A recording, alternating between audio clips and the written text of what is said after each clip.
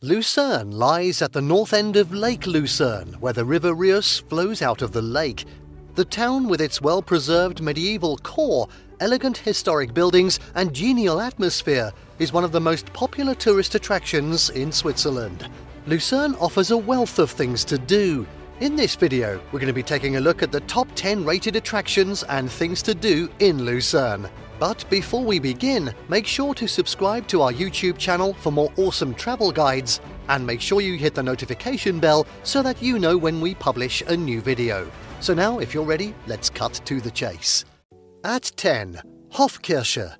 On the site of the 8th century Benedictine monastery of St. Leger is the twin-towered Hofkirche, which was rebuilt in 1634 to 1639, but preserved the 1525 towers of the previous church. It is considered the most important Renaissance church in Switzerland.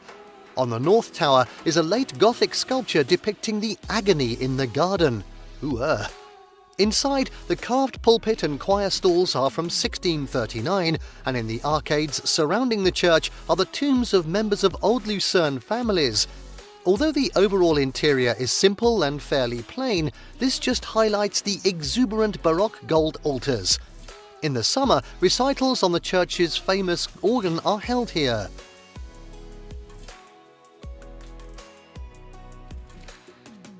Next up at 9, Museggmauer and Türme, town walls and towers. Along the north side of Lucerne's old town is a wall built between 1350 and 1408, with 9 towers constructed in differing styles. The part built around 1386 is still almost completely intact, and you can climb 4 of the towers: Schirmer, Zeit, Wacht and Mannli, for views across the city, lake and surrounding landscape. The oldest of Lucerne's clocks, built in 1535, is in the Zeit Tower and chimes hourly exactly 1 minute before all the other city clocks. Well, it would get in there first, wouldn't it? Inside the tower, you can see its mechanism at work.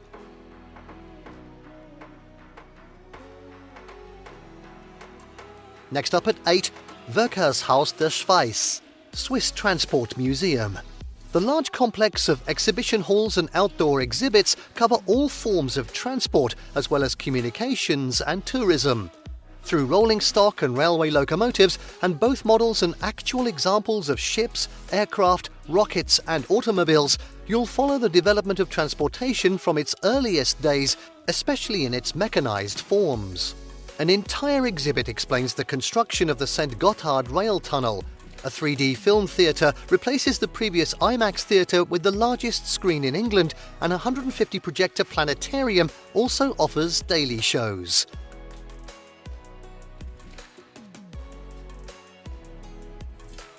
At 7 now, Löwendenkmal, Lion Monument. Just north of Löwenplatz is the famous Lion Monument, a huge figure of a dying lion hewn from the face of the rock ledge. Designed by Thorvaldsen in 1820, the monument commemorates the death of 26 officers and more than 700 troops of the Swiss Guards. These mercenary soldiers were killed in Paris while protecting King Louis XVI during the attack on the Tuileries in the French Revolution in 1792. The touching monument is one of the best-known sites in Lucerne.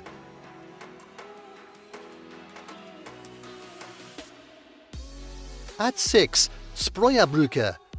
Surprising as it may be to have one covered bridge that has survived for several centuries, Lucerne has 2. Really? The second covered wooden bridge, the Spreuerbrücke, was built in 1406. That's a long time ago. And inside, on triangular panels under the bridge's rafters, are 45 paintings of the Dance of Death, known in German as the Totentanz. Painted between 1616 and 1637 by painter Caspar Meglinger and his students, this is the largest example of Totentanz cycle known to exist. These are framed in black, each frame inscribed with explanations in verse of the painting's subject and the names of the patrons who donated them. Some also have portraits of the donors.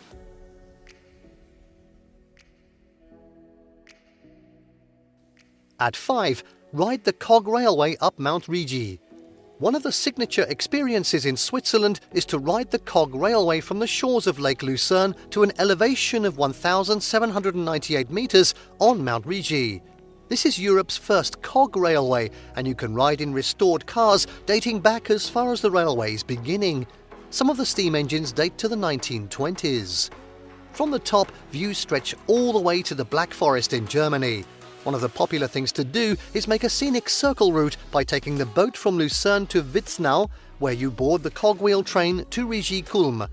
Then take another cogwheel train down to Arth-Koldau and catch a train back to Lucerne.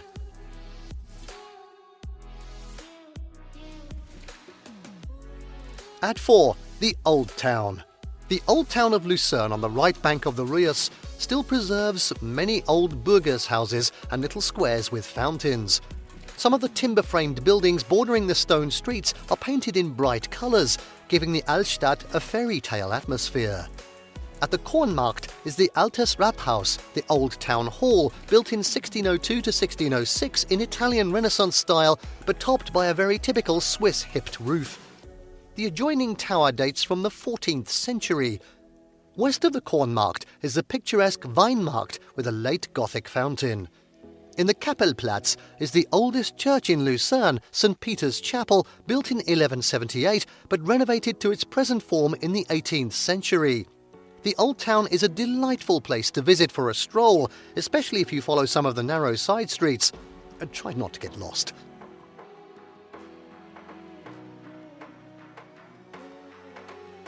At 3 next, explore Lake Lucerne by boat. Several boat trips of different lengths explore the 38-kilometre long lake, one of which, the William Tell Express, combines with a train excursion through the St. Gotthard Pass, linking central Switzerland with the many attractions to the Ticino region. From May to September, you can travel by paddle wheel steamer from Lucerne to Flüelen, enjoying a 3-course meal in the ship's saloon, then take a scenic train ride as far as the towns of Locarno and Lugano.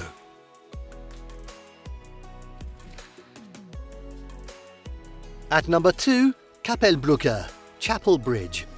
The most characteristic sight in Lucerne is the Kapellbrücke, a covered wooden bridge running diagonally across the Reuss.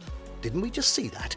Apart from being a picturesque centerpiece for Lucerne, the bridge, built in 1333, is interesting for the more than 100 17th century pictures hanging from the roof rafters inside, depicting patron saints and scenes from the town's history. The Kapellbrücke was severely damaged by fire in 1993, but has been completely rebuilt and restored. Beside it is the octagonal Wasserturm, a 13th century water tower more than 34 metres high and once part of the town's fortifications. The bridge and tower are among the most photographed scenes in all of Switzerland.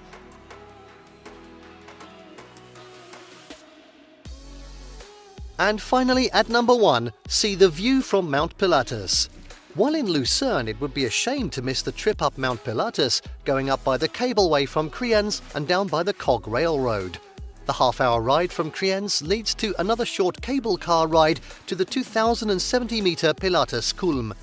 From here, it is a 6 to 10-minute climb to the summit of the Isel, the central but not highest peak of Pilatus, with magnificent views of the Alps.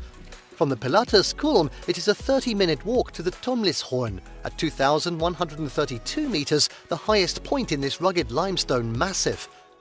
Alternatively, you can take a boat to Alnachstad to board the Cog Railroad for a 30-minute ride at gradients up to 48% through alpine meadows and forests over the rock-strewn Mattalb, up the steep rock face and through 4 tunnels to the upper station on Pilatus Kulm, returning via the cableway.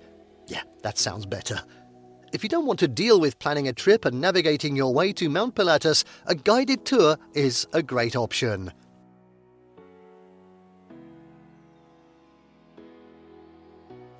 And there you have the top 10 rated attractions and things to do in Lucerne. Did you like what you saw? Let us know in the comments down below. Share this video with your friends and don't forget to subscribe to our channel for more fantastic travel guides. So see you next time.